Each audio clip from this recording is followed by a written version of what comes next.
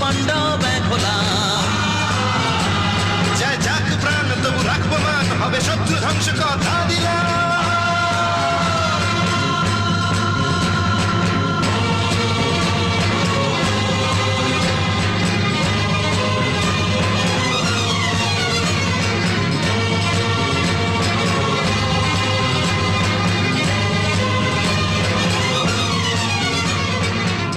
পৃথিবীর বুকে যখনই তোমার মতন বিশ্বাসঘাতক জানোয়ারের জন্ম হবে, ঠিক তখনই তোমাকে মারার জন্য সূর্যের উদয় হবে।